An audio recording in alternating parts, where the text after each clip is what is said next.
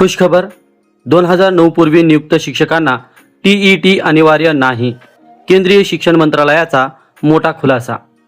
माहिती अधिकारातील अपिलीय आदेशात स्पष्टता. लाखो जुन्या शिक्षकांना मोठा दिलासा.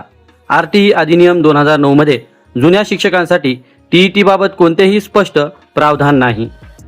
मोफत व सक्तीच्या बालकांचा शिक्षणाचा अधिकार अधिनियम 2009 आरटीई ॲक्ट देशात लागू होण्यापूर्वी म्हणजेच 31 मार्च 2010 पूर्वी कायदेशीर प्रक्रियेनुसार सेवेत नियुक्त अथवा भरती करण्यात आलेल्या शिक्षकांसाठी शिक्षक पात्रता परीक्षा टीईटी उत्तीर्ण करणे अनिवार्य असल्याबाबत मूळ कायद्यामध्ये कोणतेही स्पष्ट प्रावधान नसल्याचे केंद्रीय शिक्षण मंत्रालयाने स्पष्ट केले आहे.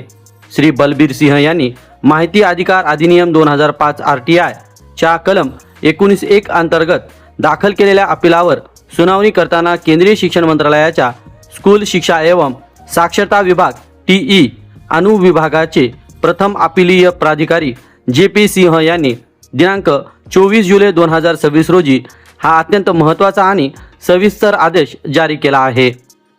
नेमकी पार्श्वभूमी आणि कायदेशीर तरतूद. कधीपासून लागू झाली टीईटी? आरटीई अधिनियम 2009च्या कलम 23(1) मधील तरतुदीनुसार केंद्र सरकारने राष्ट्रीय अध्यापक शिक्षा परिषदेला NCTE शैक्षणिक प्राधिकरण म्हणून अधिसूचित केले. या वैधानिक अधिकाराचा वापर करून NCTEने 23 ऑगस्ट 2010 रोजी अधिसूचना जारी केली आणि तेव्हापासून शिक्षक नियुक्तीसाठी किमान अर्हता म्हणून टीईटी उत्तीर्ण करणे बंधनकारक करण्यात आले. त्यानंतर 11 फेब्रुवारी 2011 रोजी टीईटीच्या संचालनाबाबतचे सविस्तर दिशानिर्देश सर्व राज्यांना पाठवण्यात आले. कायद्यात जुन्या शिक्षकांसाठी सक्ती आहे का?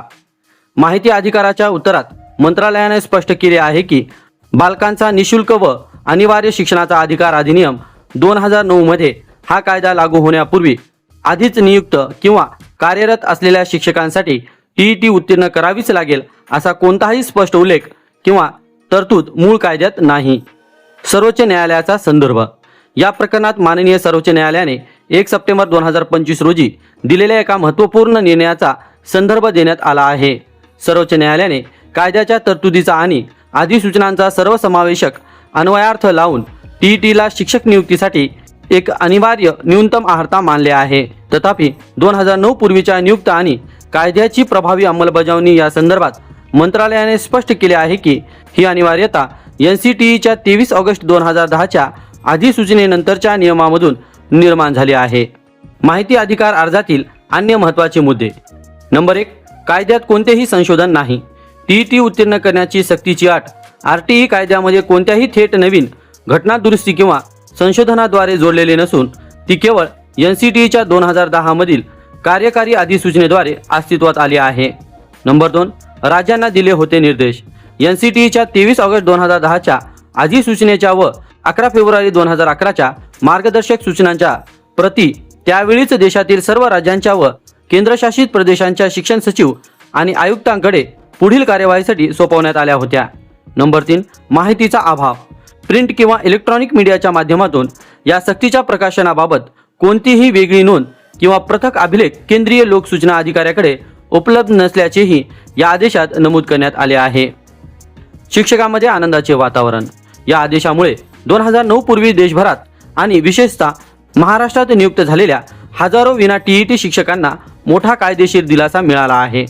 कायद्याच्या मूळ चौकटीत जुन्या शिक्षकांसाठी थेट सक्ती नसले तरी न्यायालयाचे नवे निर्णय आणि NCTEच्या नियमामुळे निर्माण झालेल्या संभ्रमावर या कागदपत्राने नवीन प्रकाश टाकला आहे. मित्रांनो, व्हिडिओमधील शासन निर्णय किंवा परिपत्रक आपणास हवे असेल तर कृपया आमचे शासन निर्णय व परिपत्रक हे फेसबुक पेज सबस्क्राईब करा.